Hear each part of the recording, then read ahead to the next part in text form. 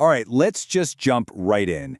We need to talk about something that's happening to professionals everywhere, which is, what do you do when the playbook you've used your entire career, the one that's always worked, just stops working? I mean, seriously, what if you showed up to play your game, the one you're an expert at, and suddenly all the rules were different? That's kind of what it feels like in the US market right now. And that feeling of uncertainty, well, that's exactly what we're going to tackle. And look, this is not some problem for down the road. There's a real sense of urgency here. The decisions you make, the pivots you take right now, could literally set the course for the next several years of your career. So yeah, this matters. Okay, first things first. We've got to understand why the old playbook is broken. What is the central mystery here? Why are the tried and true methods failing so badly? So, here's a real-world story. Back in 2015, you launch a real estate team in Philadelphia. You do all the normal stuff. Open houses, branding, you know the drill, and it works. It works great. Now, fast forward. You try to launch the exact same business in Boston, using the exact same playbook, and you get nothing. Just crickets. What on earth happened? Well, here's where it gets really weird. We all assumed that shiny new tech and social media were the keys to revenue, right?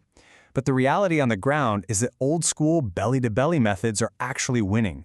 It's a total contradiction, and it points to the fact that maybe we're not even talking to the right people anymore. And that brings us to our next piece of the puzzle, the surprising new buyer. Get ready for a major aha moment, because what we're about to see is a historic shift that explains, well, everything. This was the headline from places like MarketWatch and Fortune that just blew the whole thing wide open. My first reaction when I saw this was, no effing way. It just sounds impossible, doesn't it? But here's the kicker. This data is from the National Association of Realtors. It's our data. Let me put a number on it for you. 70%. That's right. 70% of all home buyers right now are over the age of 50. The overwhelming majority of the market is a group that most of our playbooks have been completely ignoring. And if you think that's wild, get this. On the other side of the coin, a massive 80% of all home sellers are also over the age of 50. So this demographic isn't just a piece of the market. They pretty much are the market. And here's what that looks like visually. For the very first time in American history, this has happened. The entire buyer demographic has completely flipped on its head.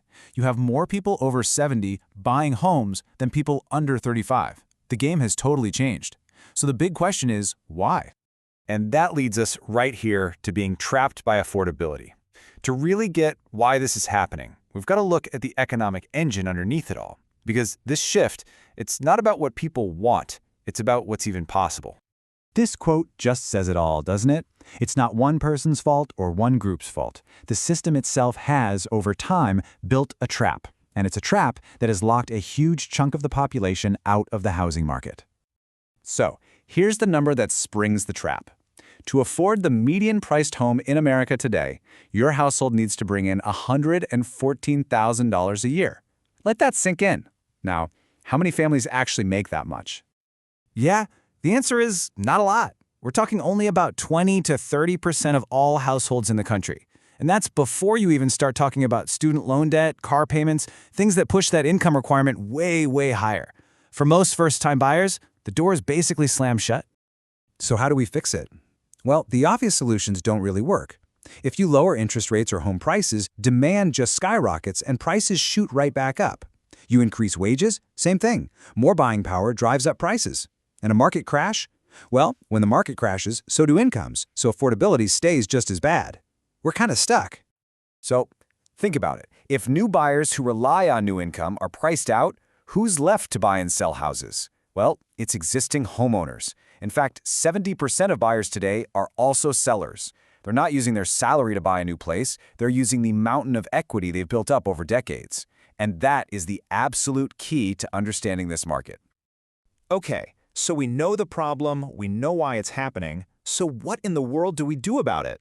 That's what this section is all about, the age-up game plan.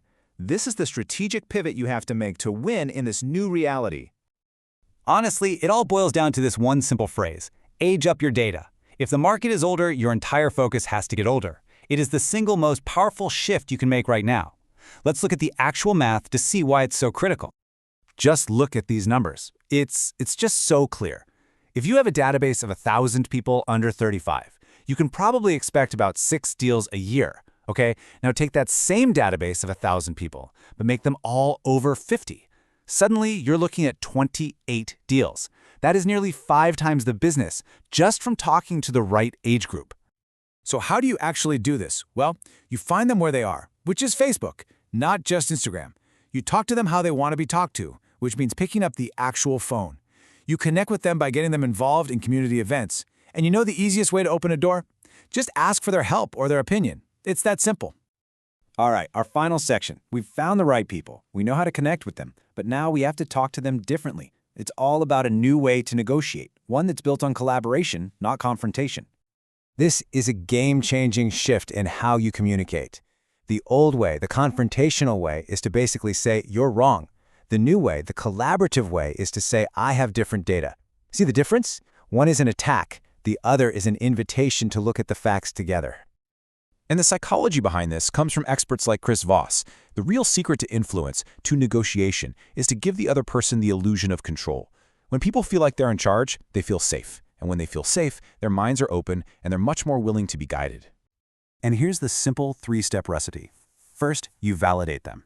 Just say, it seems like you have a good reason for thinking that. Second, you ask for their data. Can you share with me what you're looking at? This makes them feel heard.